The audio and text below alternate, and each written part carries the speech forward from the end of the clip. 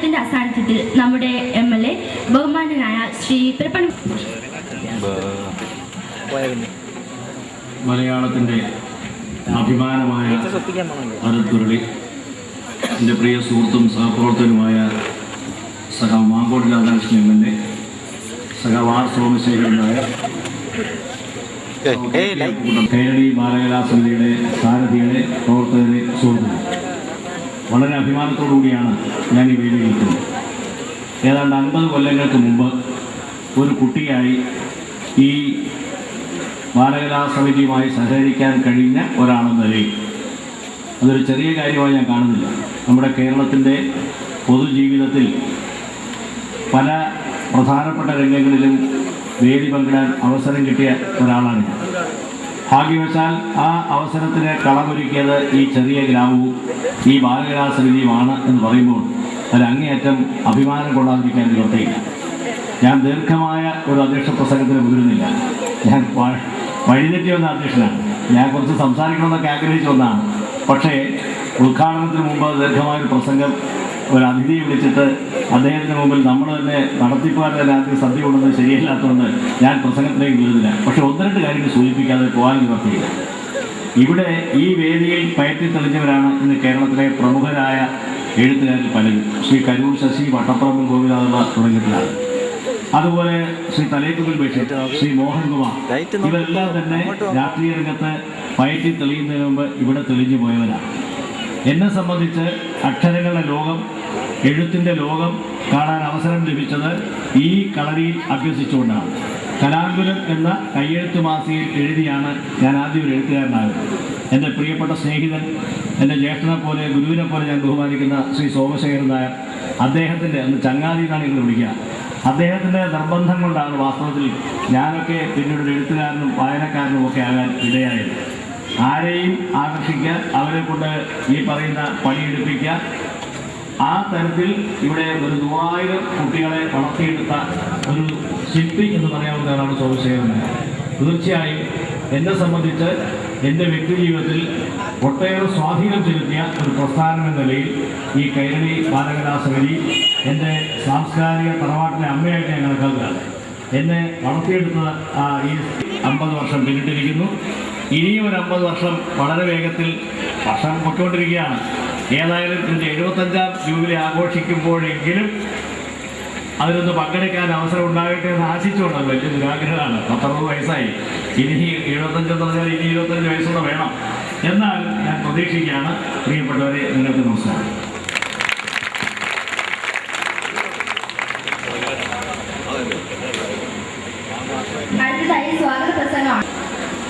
വേദിയിലിരിക്കുന്ന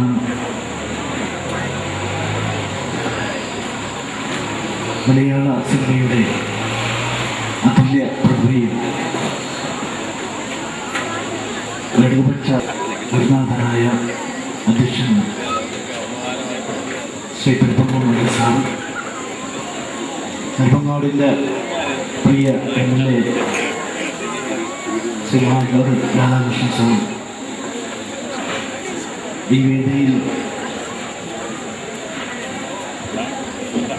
തികച്ചും വ്യത്യസ്തമായ നമ്മുടെ പ്രോഗ്രാമിൽ നിന്ന് വ്യത്യസ്തമായ ഒരു രീതിയിലാണ് ടൈമിൽ മാറ്റം വരുത്തിയ കൊണ്ടാണ് യോഗം നടപടികൾ ആരംഭിച്ചത്. നമ്മുടെ പ്രിയങ്കരനായ ഉദ്ഘാടകൻ അദ്ദേഹത്തെ 7:30 മണിക്ക് വളരെ പ്രധാനപ്പെട്ട ഒരു ആവശ്യമായിട്ടും വിശിഷ്ട വ്യക്തിയുടെ ആവശ്യം പരിഗണിച്ചുകൊണ്ട് ഞാൻ എൻ്റെ സ്വാഗത പ്രസംഗം വളരെ ഏറെ പരിമിതപ്പെടുത്തിക്കൊണ്ട് അത്യാവശ്യം വേണ്ടുന്ന കാര്യങ്ങൾ മാത്രം സൂചിപ്പിക്കാനാണ് ഞാൻ ആഗ്രഹിക്കുന്നത്. നമുക്കറിയാം, 1985 നവംബർ മാസം 7-ാം തീയതി ഒരു സുദിനത്തിലാണ് കൈരളി ബാലകലാസമിതി ബീജാഭാവം നൽകുവാൻ മുന്നോട്ട് വന്ന ഒരു കാലഘട്ടമായിരുന്നു. മറ്റാരുടെയും ഒരു ഘടകത്തിൻ്റെയും പ്രേരണമില്ലാതെ തന്നെ ആ കാലഘട്ടങ്ങളിൽ നമ്മുടെ പ്രദേശങ്ങളിൽ ഉണ്ടായിട്ടുള്ള ഇത്തരം സാംസ്കാരിക പ്രസ്ഥാനങ്ങൾ ഒരു ഘട്ടം കഴിഞ്ഞപ്പോൾ അത് അസ്തമിച്ചുകൊണ്ട് വേറൊരു തലങ്ങളിലേക്ക് പോകുവാൻ കരുത്തേണ്ടതായി. എന്നാൽ അതിന്ന് വ്യത്യസ്തമായി 1955 രൂപീകരണ കാലം മുതൽ നാളിതുവരെയായി യാതൊരുവിധ പ്രവർത്തന രംഗത്ത് പുറകോട്ടടിയോ യാതൊരുവിധ തളർച്ചയോ ഉണ്ടാകാതെ അനുസ്യൂതം ഈ 50 വർഷങ്ങൾ പൂർത്തിയാക്കാൻ കഴിഞ്ഞ അപൂർവം ചില കലാസാംസ്കാരിക പ്രസ്ഥാനങ്ങളിൽ ഒന്നാണ് കൊഞ്ചറ കൈരളി ബാലകലാസമിതി എന്ന് വളരെ അഭിമാനപൂർവ്വം ഞങ്ങൾ ഈ അവസരത്തിൽ പ്രതിപാദിക്കാൻ ആഗ്രഹിക്കുകയാണ്. തികച്ചും അതെങ്ങനെ സാധിച്ചു എന്ന് ഞങ്ങൾ ഈ സുവർണ ജൂബിലി ആഘോഷവുമായി ബന്ധപ്പെട്ട് ഈ പഞ്ചായത്തിൻ്റെയും ഈ പ്രദേശത്തിൻ്റെയും അതുപോലെ തന്നെ നമ്മുടെ ജില്ലയുടെയും സംസ്ഥാനത്തിൻ്റെയും വിവിധ പ്രദേശങ്ങളിൽ മഹത് വ്യക്തികൾ ഉൾപ്പെടെയുള്ളവരുമായി ആശയ സംവാദം നടത്തുമ്പോൾ അവരെല്ലാം പറഞ്ഞത് 50 വർഷക്കാലം നൂറ്റാണ്ട് കാലം ഒരു ഗ്രാമപ്രദേശത്ത് ഒരു കലാസാംസ്കാരിക പ്രസ്ഥാനം അത് ഓജസ്സോടുകൂടി പ്രവർത്തിക്കുക എന്ന് പറയുന്നത് ഞങ്ങൾക്ക് നമുക്കറിയാം. ഒരുപാട് സാറ് അധ്യക്ഷ പ്രസംഗത്തിൽ ചൂണ്ടിക്കാണിച്ചതുപോലെ ഒരുപാട് മഹാജനന്മാർക്ക് വളരുവാനുള്ള അവസരം കൊടുത്ത ഒരു മഹൽ പ്രസ്ഥാനമാണ്. നിശ്ചയമായും ഞങ്ങൾ ഈ വേദിയിലേക്ക് പ്രവർത്തകരും ഏറ്റവും പ്രധാനപ്പെട്ട ചുമതല വഹിച്ചിരുന്ന ആൾക്കാർ വന്ന് ഞങ്ങൾ പല മേഖലകളിലും അഭിമാനപൂർവ്വമാണ് ഞങ്ങൾ പറഞ്ഞിട്ടുള്ളത്. അതുകൊണ്ട് തന്നെ കേരളീയ ബാലകലാസമിതിയുടെ സുവർണ ജൂബിലി ആഘോഷം ഒരു വർഷക്കാലം നീണ്ടു നിൽക്കുന്ന വിപുലമാവും വൈവിധ്യമാർന്ന പരിപാടികളോടുകൂടി സംഘടിപ്പിക്കണമെന്നാണ്. ഇത് ഈ നാടിന്റെ ഒരു വളർച്ചയുടെ ഒരു രണ്ടാം ഘട്ടമായി മാറാൻ വേണ്ടിയിട്ടുള്ള ക്രിയാത്മകമായ പ്രവർത്തനങ്ങൾക്കാണ് ഈ ഒരു വർഷക്കാലത്തെ പ്രവർത്തനങ്ങൾക്ക് ഞങ്ങൾ രൂപം നൽകിയിരിക്കുന്നത്. അതിന്റെ തുടക്കം കുറിക്കുന്ന ഒരു സുദിനമാണ്. അതിന്റെ തുടക്കം കുറിച്ച് നടക്കുന്ന ഒരു സുദിനമാണ്. ആ സുദിനം ഉദ്ഘാടന യോഗം ഞങ്ങൾ ആഗ്രഹിച്ചതുപോലെ നമുക്ക് കേരളത്തിന്റെ ഏറ്റവും പ്രഗത്ഭനായ മലയാള കലാരംഗത്ത് മലയാള സിനിമ രംഗത്ത് അതുല്യനായി നിൽക്കുന്ന അതുകൊണ്ട് തന്നെ ഈ നാടിന്റെ ജനങ്ങളുടെ ഒരു അഭിലാഷമാണ്. അതുകൊണ്ട് സാറ് ഇത് സ്വീകരിക്കണം എന്ന് പറഞ്ഞപ്പോൾ തീർച്ചയായും ഞാനെത്തും. എനിക്ക് ഗുണ്ടൽപേട്ട് എന്ന് പറയുന്ന സ്ഥലത്താണ് എൻ്റെ ഷൂട്ടിംഗ് നടക്കുന്നത്. ആ പ്രോഗ്രാമിന് ഏതെങ്കിലും തടസ്സം പ്രകൃതിപരമായ അല്ലെങ്കിൽ സാങ്കേതികമായ ഏതെങ്കിലും ഒരു തടസ്സം ഉണ്ടായാൽ മാത്രമേ എനിക്ക് വരാതിരിക്കാൻ കഴിയുള്ളൂ. ഞാൻ നിശ്ചയമായും നിങ്ങളുടെ ഈ പരിപാടിയിൽ പങ്കെടുക്കുമെന്ന് വളരെ നിറഞ്ഞ മനസ്സോടുകൂടി ഞങ്ങളോട് പറഞ്ഞപ്പോൾ സത്യത്തിൽ ഞങ്ങൾക്ക് വിശ്വസിക്കാൻ കഴിഞ്ഞില്ല. ഈ വലിയ മനുഷ്യൻ ഒട്ടേറെ രംഗത്ത് ശ്രദ്ധിക്കപ്പെടുന്നവരാണ്. ഒരു സമയം പോലും നമ്മളോട് ചിലവഴിക്കാൻ കഴിയാൻ ഒരു സമയം കണ്ടെത്താൻ ഒരു മിനിറ്റ് പോലും സമയം കണ്ടെത്താൻ കഴിയാത്തതാണ്. ഇങ്ങനെ ഒരു ഗ്രാമത്തിൽ പങ്കെടുക്കുവാനും ഞങ്ങളുടെ ഈ പരിപാടിയിൽ ഈ ചടങ്ങിൽ പങ്കെടുത്തുകൊണ്ട് ഞങ്ങളെ ആശീർവാദിക്കുവാൻ വേണ്ടി അനുഗ്രഹിക്കാൻ വേണ്ടി എത്തിയതിൽ തീർച്ചയായും ഞങ്ങൾ ധന്യരാണ്, കൃതാർത്ഥരാണ്. നമ്മുടെ ഒരു വർഷക്കാലത്ത് ഞാൻ ദീർഘമായി കിടക്കാൻ ആഗ്രഹിക്കുന്നില്ല. നമ്മുടെ തുടർന്ന് വരുന്ന നമ്മുടെ ബഹുമാന്യരായ അതിൻ്റെ പ്രസംഗർ എന്ന നിലയിൽ ഞങ്ങൾ ക്ഷണിച്ചിട്ടുള്ള വിശിഷ്ട വ്യക്തികൾ സംസാരിക്കുമ്പോൾ ഞങ്ങൾ നടത്താൻ പോകുന്ന ഈ പരിപാടികളുടെ ഒരു ലഘുചിത്രം എന്ന നിലയ്ക്ക് അവതരിപ്പിച്ചുകൊണ്ട് ഞാൻ എൻ്റെ കർത്തവ്യത്തിലേക്ക് കടക്കാമെന്ന് വാക്ക് തരികയാണ്. ഒരു വർഷക്കാലം നിലനിൽക്കുന്ന പരിപാടിയുടെ ഞങ്ങൾ പ്രധാനമായും ഈ നാട്ടിൽ അന്യം നിന്ന് പോയ കുറേ കലാരൂപങ്ങളുണ്ട്. നാടൻ കലകൾ, കമ്പടവ് കളി, തെയ്യം, ഇങ്ങനെ തുടങ്ങിയിട്ടുള്ള അന്യം നിന്ന് പോയിട്ടുള്ള ഗ്രാമത്തിൻ്റെതായ ഒരു കലാരൂപങ്ങൾ ഇതിനു വേണ്ടി പ്രത്യേകമായ ഒരു പഠന സ്കൂളുകൾ സംഘടിപ്പിക്കുവാൻ, ആയോധന കലയുമായി ബന്ധപ്പെട്ട ഒരു പഠന സ്കൂളുകൾ, അതുപോലെ തന്നെ നമ്മുടെ അഭിനയം,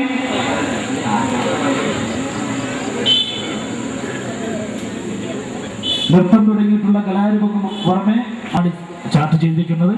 അതുകൊണ്ട് തന്നെ ഞാൻ ദീർഘമായി പറയാൻ ആഗ്രഹിക്കുന്നില്ല. തുടർന്ന് കലാസമിതിയുടെ ഇത്തരം പ്രഖ്യാപനങ്ങളൊക്കെ തന്നെ കലാസമിതിയുമായി ബന്ധപ്പെട്ട് പ്രസംഗിക്കുന്ന അല്ലെങ്കിൽ കൃതജ്ഞത പറഞ്ഞുകൊണ്ട് സംസാരിക്കുമ്പോൾ സുഹൃത്തുക്കൾ ചൂണ്ടിക്കാണിക്കും. നമ്മുടെ സമയത്തിൻ്റെ പരിമിതി കൊണ്ട് ഞാൻ എൻ്റെ എളിയ വാക്കുകൾ ചുരുക്കുകയാണ്. ഈ പ്രധാന യോഗത്തിൽ, ഈ മഹാസമ്മേളനത്തിൽ ഈ നാടിൻ്റെ ഒരു സുദിനമായി തീർന്നിരിക്കുന്ന വെമ്പായം പഞ്ചായത്തിൽ ആർക്കും മറക്കാനാവാത്ത ഒരു പ്രത്യേക അനുഭവം ഉള്ള ദിവസമാണെന്ന്. ഈ കോരിച്ചെരിയുന്ന മഴയത്ത് നമ്മളാരും പ്രതീക്ഷിക്കാത്ത ഈ കോരിച്ചെരിയുന്ന മഴയെ തീർച്ചയായും ഞാൻ നേരത്തെ ചൂണ്ടിക്കാണിച്ചതുപോലെ വളരെ നിറഞ്ഞ മനസ്സോടുകൂടി വളരെ സൗഹൃദമായിട്ടാണ് ഞങ്ങളോട് സംസാരിച്ചത്. അങ്ങനെ ഒരു മലയാള സിനിമയിൽ നമ്മൾ തിരശ്ശീലകൾ മാത്രം കാണുന്ന ഒരാൾ ആദ്യമായിട്ടാണ് ഇത്രയും അടുത്ത് സംസാരിക്കാൻ അവസരം കിട്ടുന്നത്. ഞങ്ങൾ ഇളം തലമുറയിലുള്ളവർക്കൊരു അനുഭവം കൂടിയാണ്.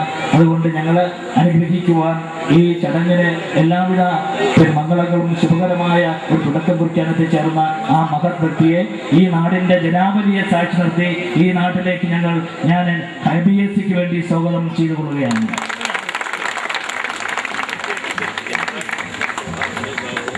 ഞങ്ങളുടെ ഒരു ഗുരുവാണ് മുരളി സാറ്.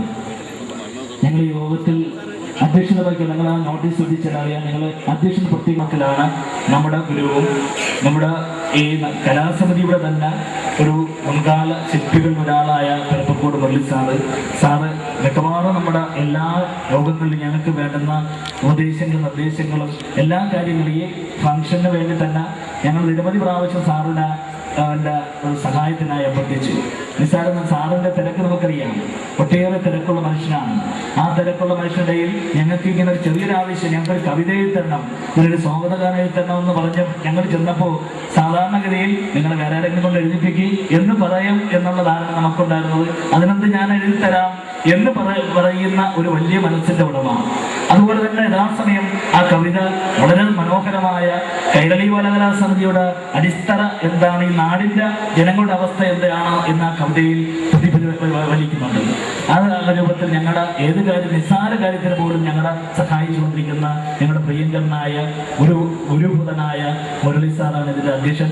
ആ അദ്ദേഹത്തെ ഈ നാടിന്റെ ഒരു പുതിയ തലമുറയ്ക്ക് വേണ്ടിയും പഴയ തലമുറയ്ക്ക് വേണ്ടിയും സുവർണ്ണ ജൂബിലി ആഘോഷ കമ്മിറ്റിക്ക് വേണ്ടിയും ഞാൻ ഈ വേദിയിലേക്ക് ഹാർദവുമായി സ്വാഗതം ആശംസിക്കുകയാണ്. അതുപോലെ സഹകരിച്ചുകൊണ്ടിരിക്കുന്ന MLA എന്ന നിലയിൽ അദ്ദേഹം തീർച്ചയായും ഞങ്ങൾ അറിയിക്കുന്ന എല്ലാ ചടങ്ങുകളും ഞങ്ങളോട് സഹകരിക്കുന്നതാണ്. അദ്ദേഹം യഥാസമയം തന്നെ യോഗത്തിൽ പങ്കെടുത്തിട്ടുണ്ട്.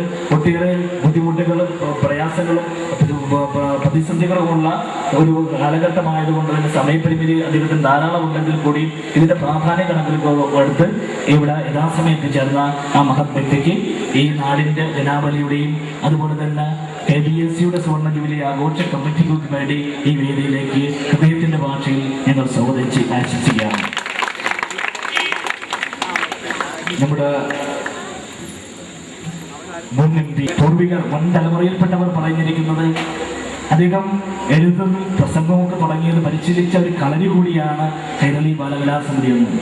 ഞങ്ങൾക്കത് ശരിയാണെന്ന് ഞങ്ങൾക്ക് മനസ്സിലായത് ഞങ്ങൾ ഈ യോഗത്തിൽ അദ്ദേഹത്തെ അറിയിക്കുവാൻ വേണ്ടി ചെന്നപ്പോൾ അദ്ദേഹം ഞങ്ങളോട് ഇങ്ങോട്ട് ഓർപ്പിക്കുകയാണ് ചെയ്തത്. ഞാൻ ഇതിൻ്റെ മുൻകാല പ്രവർത്തകനാണ്, കൈരളി ബാലകലാ സമിതിയാണ് എൻ്റെ ഒരു വളർച്ചയുടെ അല്ലെങ്കിൽ സാംസ്കാരിക രംഗത്ത് എൻ്റെ വളർച്ചയുടെ ഒരു അടിത്തറയിട്ടൊരു ഘടകം. അതുകൊണ്ട് തന്നെ ഈ പ്രസ്ഥാനത്തിൻ്റെ ഈ 50 വർഷം ആവുന്ന ഈ സുവർണ്ണ ജൂബിലി ആഘോഷത്തിന് ഞാൻ നിശ്ചയമായും പങ്കെടുത്ത് എനിക്ക് എല്ലാവിധ സഹായങ്ങളും സഹകരണങ്ങളും എൻ്റെ ഭാഗത്തുനിന്ന് ഉണ്ടാകും എന്ന് വളരെ ആത്മാർത്ഥതയോടുകൂടി ഞങ്ങളോട് പറയുകയും യഥാസമയം ഞങ്ങളോട് ഈ യോഗത്തിൽ പങ്കെടുക്കുകയും ചെയ്ത ഈ മഹത് വ്യക്തിക്ക് അദ്ദേഹത്തിന് ഞങ്ങളുടെ പേരിൽ, ഈ യോഗത്തിൻ്റെ പേരിൽ, അതുപോലെ തന്നെ ഈ നാടിൻ്റെ മുഴുവൻ ജനങ്ങളുടെ പേരിലും ഹാർദവുമായി സ്വാഗതം ആശംസിക്കുകയാണ്. ഒറ്റപ്പറമ്പിൽ ഗോപിനാഥപിള്ള സാറിന് ഞാൻ പ്രത്യേകമായി പരിചയപ്പെടുത്തേണ്ട കാര്യമില്ല. എന്നെക്കാളുപരി അദ്ദേഹവുമായി നേരിട്ട് ആത്മബന്ധമുള്ളവരാണ് ഈ കൂടി നിൽക്കുന്ന ബഹുഭൂരിഷം വരുന്ന ജനങ്ങളും. അദ്ദേഹം ഈ കലാസമിതിയുടെ ഒരു പ്രധാനപ്പെട്ട പ്രവർത്തകരിൽ, മുൻകാല പ്രവർത്തകരിൽ ഒരു പ്രധാന ചുമതല വഹിച്ച ഒരാളായിരുന്നു. അപ്പോൾ അദ്ദേഹത്തിൻ്റെയും അനുഭവങ്ങൾ ഞങ്ങളോട് പറഞ്ഞപ്പോൾ അദ്ദേഹം കൊഞ്ചലക്കാരനാണ്, ഞങ്ങളൊക്കെയാണ് ഇതിൻ്റെയൊക്കെ ആൾക്കാർ. ഏതായിരുന്നാലും നിങ്ങളൊക്കെ ഇതിപ്പോൾ ഏറ്റെടുത്ത് വളരെ കാര്യമായി മുന്നോട്ട് നടത്തുന്നതിൽ എനിക്ക് വളരെ സന്തോഷമുണ്ട്. അങ്ങനെ അദ്ദേഹം വടക്കൻ നമ്മുടെ ഉത്തരേന്ത്യൻ സംസ്ഥാനങ്ങൾ സന്ദർശിച്ച് വന്ന ആ ദിവസമാണ് ഞങ്ങൾ അദ്ദേഹത്തെ യോഗത്തിൻ്റെ അറിയിപ്പുമായി ചെന്നത്. അദ്ദേഹം ഇന്നിപ്പോൾ വളരെ പ്രധാനപ്പെട്ട നാളെ രാവിലെ എത്തേണ്ട ഒരു യോഗത്തിൽ പങ്കെടുക്കാൻ വേണ്ടിയിട്ട് പോകണമെന്നറിയിക്കുകയും അതനുസരിച്ചുള്ള തയ്യാറെടുപ്പോടുകൂടി വന്നിരിക്കുന്ന ആ മഹത് വ്യക്തിയെ അദ്ദേഹം ഇന്നിപ്പോൾ സമൂഹത്തിൻ്റെ വിവിധ തലങ്ങളിൽ അദ്ദേഹത്തെ കമ്മിറ്റിയുടെ പേരിൽ, സുവർണ്ണ ജൂബിലി ആഘോഷ കമ്മിറ്റിയുടെ പേരിൽ, KBSCയുടെ പേരിൽ, ഈ നാട്ടിലെ മുഴുവൻ ജനങ്ങളുടെ പേരിലും ഹൃദയം നിറഞ്ഞ സ്വാഗതം ആശംസിച്ചുകൊള്ളുന്നു. അതുപോലെ ഈ യോഗത്തിൽ ഇനിയിപ്പോൾ പങ്കെടുക്കുന്ന കൈരളി ചാനലിൻ്റെ മാനേജിംഗ് ഡയറക്ടർ ജോൺ ബ്രിട്ടാസ്, അതുപോലെ പി രാജീവ്, ദേശാഭിമാനിയുടെ റെസിഡൻസ് എഡിറ്റർ പി രാജീവ്, അതുപോലെ തന്നെ നമ്മുടെ ആരാധ്യനായ MP, അതേപോലെ മോഹൻകുമാർ, കൈരളി ബാലകലാ സമിതിയിൽ നിന്ന് വളർന്നു വന്നിട്ടുള്ള മുഴുവൻ പേരെയും ഈ വേദിയിലേക്ക് സ്വാഗതം ആശംസിക്കുകയാണ്. നമ്മുടെ ആരാധ്യനായ MP വർക്കല രാധാകൃഷ്ണൻ അവർ ഈ വേദിയിൽ എത്തിച്ചേർന്നുകൊണ്ടിരിക്കുകയാണ്. ഞാൻ നേരത്തെ സൂചിപ്പിച്ചതുപോലെ അദ്ദേഹം പറഞ്ഞ 7 മണിക്ക് മുമ്പായി എത്തിച്ചേരുമെന്ന് പറഞ്ഞ് അദ്ദേഹം എത്തിച്ചേർന്നിരിക്കുകയാണ്. നമ്മളാണ് സമയം അപ്പോൾ നീട്ടിയത്. അതുകൊണ്ട് ഞാൻ എൻ്റെ വർത്തമാന കർത്തവ്യം എന്ന് വിരമിക്കുകയാണ്. ഈ യോഗത്തിൽ പങ്കെടുത്തിരിക്കുന്ന ഈ യോഗം ധന്യമാക്കാൻ വേണ്ടി പങ്കെടുത്തുകൊണ്ടിരിക്കുന്ന മുഴുവൻ ഈ നാടിൻ്റെ ഞങ്ങളുടെ മുഴുവൻ പ്രവർത്തകരെയും, അതുപോലെ തന്നെ ഞങ്ങളെ സഹായിച്ചു കൊണ്ടിരിക്കുന്ന ഈ നാട്ടിൻ്റെ ഞങ്ങളുടെ ഗുരുനാഥന്മാർ, ഈ നാട്ടിലെ ഞങ്ങളുടെ ബന്ധുക്കൾ മുഴുവൻ പേരെയും ഈ യോഗത്തിലേക്ക് ഹാർദവമായി സ്വാഗതം ആശംസിച്ചുകൊണ്ട് ഞാൻ എൻ്റെ കർത്തവ്യത്തിലേക്ക് ഇറക്കുകയാണ്. സ്വാഗത സംഘത്തിൽ വെടിക്കെട്ട് നടത്തുവാൻ അസൗകര്യമായ തരത്തിൽ പാർക്ക് ചെയ്തിരിക്കുന്ന വാഹനങ്ങളും മാറ്റിത്തരണമെന്ന് അറിയിക്കുകയാണ്. MLA-മാരുടെ വാഹനങ്ങൾ ആ സ്ഥലത്ത് നിന്ന് മാറ്റി പാർക്ക് ചെയ്യണമെന്ന് അറിയിക്കുകയാണ്. അബൂബക്കറിനെ അഭ്രപാളികൾ അക്ഷരം നൽകിയ ലെയ്ത്തുകാരനിലെ അപ്പു മേശിരിയായി ദേശീയ പുരസ്കാരം നേടിയ ഇടതുപക്ഷ പുരോഗമന പ്രസ്ഥാനങ്ങളുടെ സഹയാത്രികനായ അഭിനയ പ്രതിഭ ശ്രീ ഭരത് മുരളിയെ കൈരളി ബാലകലാ സമിതിയുടെ 1 വർഷം നിലനിൽക്കുന്ന സുവർണ്ണ ജൂബിലി ആഘോഷങ്ങൾക്ക് തീർന്നിരിക്കാനായി സ്നേഹാദ്യങ്ങളോടെ ക്ഷണിച്ചുകൊള്ളുന്നു.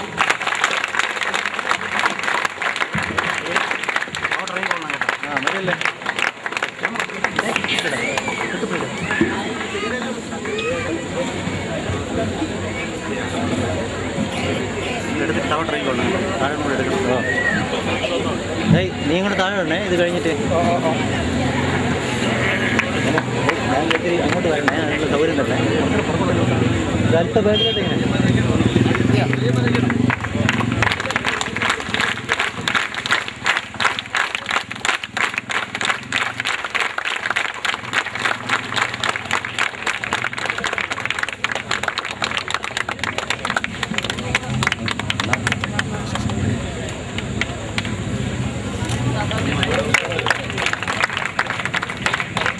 ലൈറ്റ് വാ.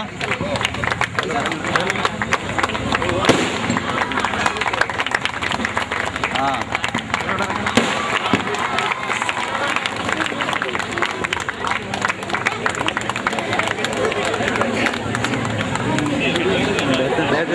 ബാക്ക്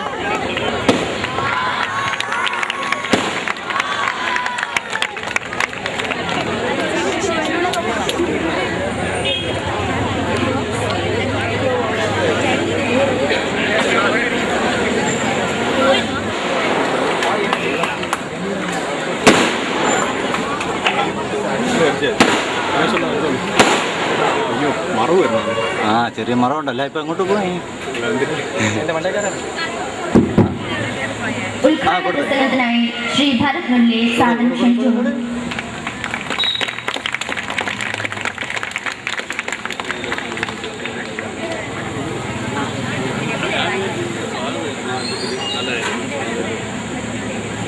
വേദിയിലും സദസ്സിലുമുള്ള ഗുരുജനങ്ങളെ, സുഹൃത്തുക്കളെ,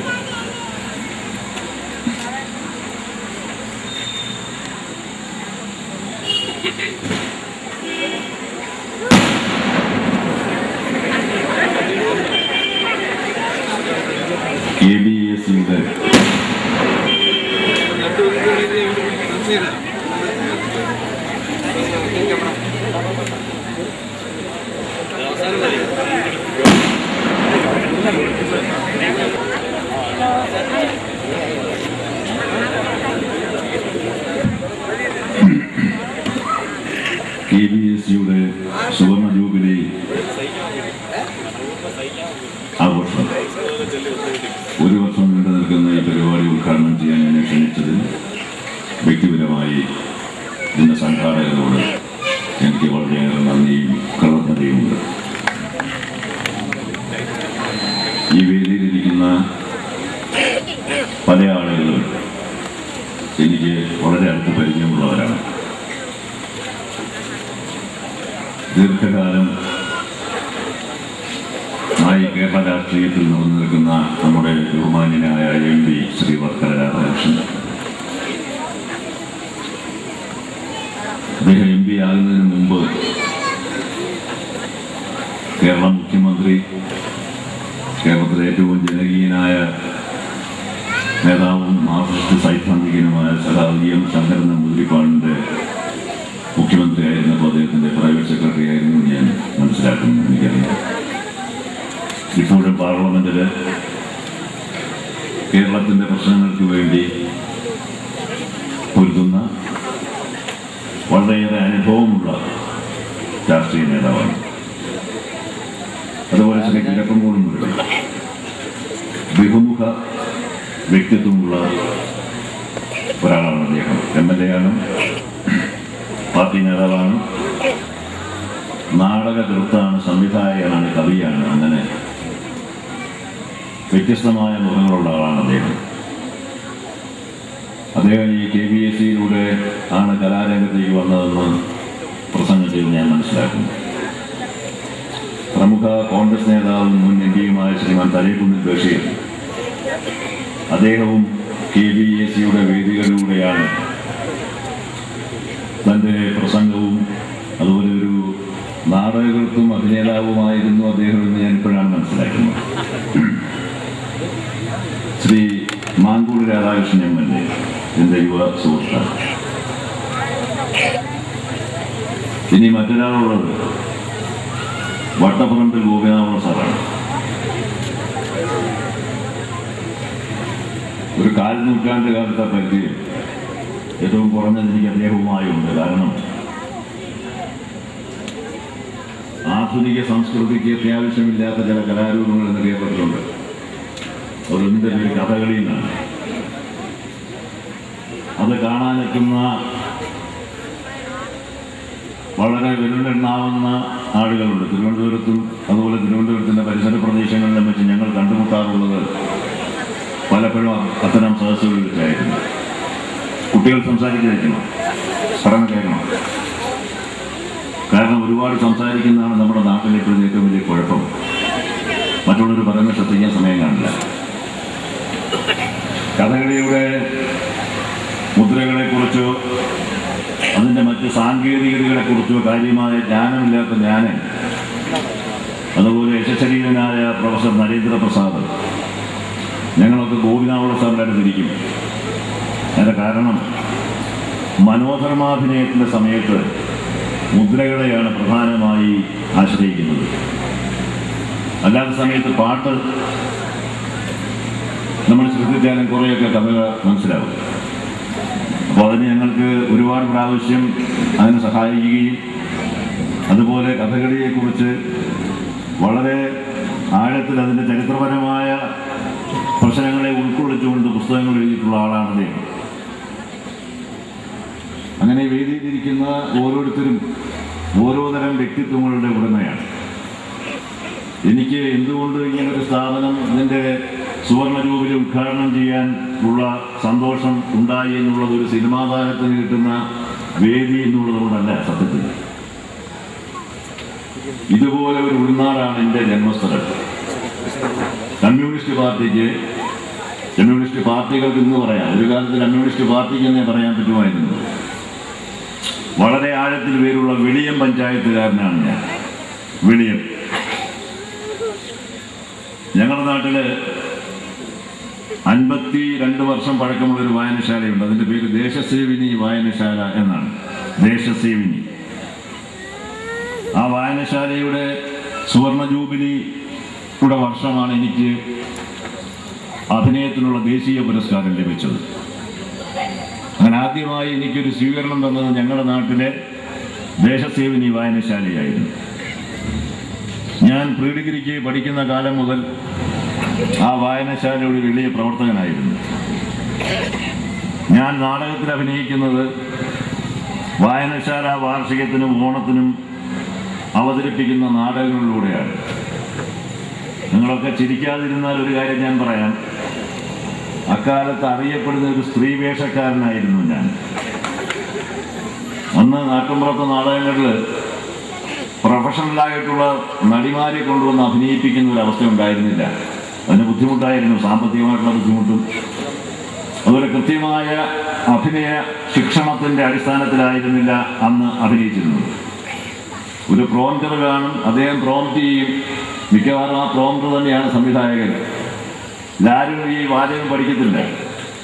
എപ്പോഴും നമ്മളോട് പറയുന്ന ഒരു സംഗതി, ഈ മൈക്കിനെ കുറിച്ച് എപ്പോഴും ബോധം വേണം, പറയുന്ന ആളുകൾ കേൾക്കണം. അതുകൊണ്ട് മൈക്കിൻ്റെ മുമ്പിൽ ചെന്ന് നിന്ന് വേണം സംസാരിക്കാൻ. പക്ഷെ പിന്നീട് അതൊക്കെ ആ ഒരു തുടക്കമാണ് എന്നിലെ നടനെ രൂപപ്പെടുത്തിയത്. അതുപോലെ ലോകത്തെ ഏറ്റവും വലിയ നടന്മാരുടെ ജീവചരിത്രങ്ങൾ വായിക്കുന്നത് എനിക്ക് വളരെ ആനന്ദകരമായ ഒരു കാര്യമാണ്. ലോകത്തിലെ ഏറ്റവും വലിയ നടന്മാർ, ഈ വലിയ നടന്മാരൊക്കെ തന്നെ വലിയ വലിയ വായനക്കാരായിരുന്നു. സർ ലോറൻസ് ഒളീവിയെ എന്ന അതിപ്രശസ്തനായ അത്ഭുതമായ ഒരു നടൻ പറഞ്ഞത്, 4 വർഷം എൻ്റെ തലയ്ക്കകത്ത് കടന്ന് കൂടുകൂട്ടുകയായിരുന്നു എന്നാണ്. കാരണം അദ്ദേഹം ഏറ്റവും വലിയ ചലച്ചിത്ര നടനാണ്, ഏറ്റവും വലിയ ചലച്ചിത്ര നടിയുടെ ഭർത്താവാണ്, വിവിയന്തിയുടെ ഭർത്താവാണ്. ഷൂട്ടിംഗ് കഴിഞ്ഞു വന്നാൽ ഓരോ ദിവസവും ഷേക്സ്പിയറുടെ ഓരോ നാടകങ്ങളിൽ അഭിനയിക്കണം. അതും ഷേക്സ്പിയറുടെ മേജർ ട്രാജഡീസ്, ഏറ്റവും വലിയ ദുഃഖ പര്യവസായികളായ നാടകങ്ങൾ. അപ്പോൾ ഈ 4 നാടകങ്ങൾ അദ്ദേഹം പറയുന്നത് 14,000 വരി 4 വർഷം എൻ്റെ തലമണ്ടയ്ക്കകത്ത് ഇങ്ങനെ ഇരിക്കുകയായിരുന്നു എന്നാണ്. ഇത് ഞാൻ പറയാൻ കാരണം, വായന ഫാഷനല്ലാതായി മാറിക്കൊണ്ടിരിക്കുന്ന ഈ കാലത്ത്, പുസ്തക സ്നേഹം അനാവശ്യമെന്ന് കരുതുന്ന ഈ കാലത്ത്, എന്നെ ഒരു നടനാക്കാൻ പര്യാപ്തനാക്കിയത് എൻ്റെ വായനശാല പ്രവർത്തനങ്ങളിലൂടെ കിട്ടിയ അനുഭവമാണ്. മലയാളത്തിലെ മിക്ക കഥകളി നടന്മാരും മലയാള ഭാഷയെ അരച്ചു കുറുക്കിയ ആളുകളാണ്, മനസ്സിലാക്കിയിട്ടുള്ളവരായിരുന്നു. സംസ്കൃത ഭാഷയെ അരച്ചു കുറുക്കി മനസ്സിലാക്കിയിട്ടുള്ളവരായിരുന്നു. ശ്രീ കലാമ്പലം കൃഷ്ണനായരാവട്ടെ, ശ്രീ കലാമ്പലം ഗോപിയാവട്ടെ, ശ്രീ കോട്ടക്കൽ ശിവരാമനാവട്ടെ, ശ്രീ മാർഗി വിജയകുമാറാവട്ടെ, അങ്ങനെ ഏതൊരു കഥകളി നടനും അല്ലെ കൂടിയാട്ട നടനും അവൻ കൈകാര്യം ചെയ്യുന്ന മേഖലയെക്കുറിച്ച് ആധികാരികമായ ധാരണയില്ലാതെ 1/2 ഇഞ്ച് വേദിയിൽ മുമ്പോട്ട് കഴിയില്ല. ഇതൊക്കെ ഞാൻ പറയുന്നത് നമ്മുടെ നാട്ടിൽ അവസാനിച്ച ഒരു സംസ്കാരത്തിൻ്റെ ചെറിയ ചിഹ്നങ്ങളാണ് ഇതുപോലുള്ള സ്ഥാപനങ്ങൾ. നമ്മുടെ നാട്ടിലെ ഓരോ ഗ്രാമത്തിൻ്റെയും പ്രധാനപ്പെട്ട സാംസ്കാരിക കേന്ദ്രം ഒരു കാലത്തൊരു വായനശാലയായിരുന്നു. ഏതൊക്കെ പുസ്തകമാണ് വായിക്കേണ്ടത്, ഗ്രാൻഡ് കിട്ടുമ്പോൾ എത്ര പുസ്തകങ്ങളുടെ ലിസ്റ്റ് ഉണ്ടാക്കി. വായനയുടെ ലോകത്തിലൂടെ മനുഷ്യന്റെ വികാരങ്ങളെ ഇവിടെ ഇതിന്റെ സ്വാഗത പ്രാസംഗികൻ പറഞ്ഞു, നാടൻ കലകളുടെ പല കലകളുടെയും ഉദ്ധാരണത്തിന് വേണ്ടിയുള്ള പരിശ്രമം അടുത്ത 1 വർഷത്തേക്ക് നടത്താൻ പോവുകയാണ്. ഞാൻ കുറച്ചേറെ യാത്ര ചെയ്തിട്ടുണ്ട്, കുറേ കലാരൂപങ്ങൾ കണ്ടിട്ടുണ്ട്. ഇപ്പം അത്യാവശ്യം തമിഴിലും ചിലപ്പോഴൊക്കെ തെലുങ്കിലും ഒക്കെ ചിലർ പടങ്ങൾ അഭിനയിക്കുന്നുണ്ട്. പക്ഷേ എൻ്റെ അനുഭവത്തിൽ ഇത്രയും വൈവിധ്യമുള്ള, ഇത്രയും ആഴമുള്ള കലാപാരമ്പര്യമുള്ള ഒരു സംസ്ഥാനം ഇന്ത്യയിൽ തന്നെ ഉണ്ടോ എന്നുള്ള കാര്യത്തിന് സംശയമാണ്. പാരമ്പര്യ കലകൾ വർക്കല പറണേറ്റ് തൊട്ട് വടക്കേറ്റത്ത് മലബാറിലെ തെയ്യം വരെ ഇതിനിടയ്ക്ക് ഒരു 100 പേരുകൾ പറയാൻ കഴിയുന്നു. ഇതിനകത്ത് മുടിയേറ്റുണ്ട്. അങ്ങനെ എത്രയോ വ്യത്യസ്തങ്ങളായ കലാരൂപങ്ങളുള്ള ഒരു മണ്ണാണ് നമ്മളുടെ ക്ലാസിക്കൽ കല. ലോകത്തെ ഏറ്റവും ആധികാരികവും ഏറ്റവും പ്രാചീനവുമായ അഭിനയ സമ്പ്രദായം കേരളത്തിൻ്റെതാണെന്ന് പറഞ്ഞത് കേരളക്കാരനല്ല, ഇന്ത്യക്കാരനല്ല, സാഹിബാണ്. യുനെസ്കോ കൂടിയാട്ടത്തിൽ ഇന്ന് ജീവിച്ചിരിക്കുന്ന അത്ഭുതമായ അമ്മന്നൂർ മാധവൻ ചാക്യാര് യുനെസ്കോയുടെ റെപ്രസെന്റേറ്റീവ് ഡൽഹിയിൽ വിളിച്ചു വരുത്തി ആദരിച്ചിട്ട് ലോകത്തോട് പ്രഖ്യാപിച്ചു, ഇതാണ് ഏറ്റവും പൗരാണികമായ കല, ഇതാണ് ഏറ്റവും ആഴത്തിലുള്ള അഭിനയ സമ്പ്രദായം, ഇതിനപ്പുറത്തേക്ക് അഭിനയം വളർന്നിട്ടില്ലായിരുന്നു. പക്ഷേ നമ്മൾ മലയാളികൾക്ക് അത് മനസ്സിലാക്കാൻ ബുദ്ധിമുട്ടാണ്. ലോകത്തിലെ ഏറ്റവും വലിയ നാടക പ്രതിഭകൾ നമ്മുടെ കേരളത്തിൽ വന്ന് ആരും അറിയാതെ ഇവിടെ താമസിച്ച് ഇവിടുത്തെ കലാരൂപങ്ങളെ മനസ്സിലാക്കിക്കൊണ്ടുപോയി അവർ പുതിയ തിയറികൾ ഉണ്ടാക്കി.